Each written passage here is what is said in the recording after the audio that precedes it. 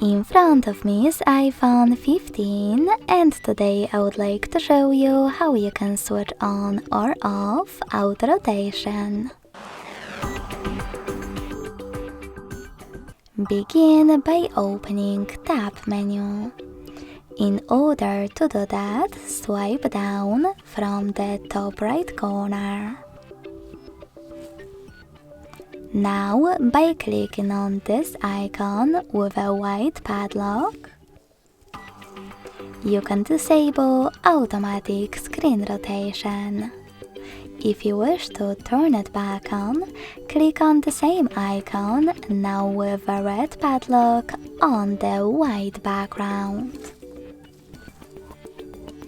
Thanks so much for watching. If you enjoyed this video, don't forget to leave a like, comment and subscribe.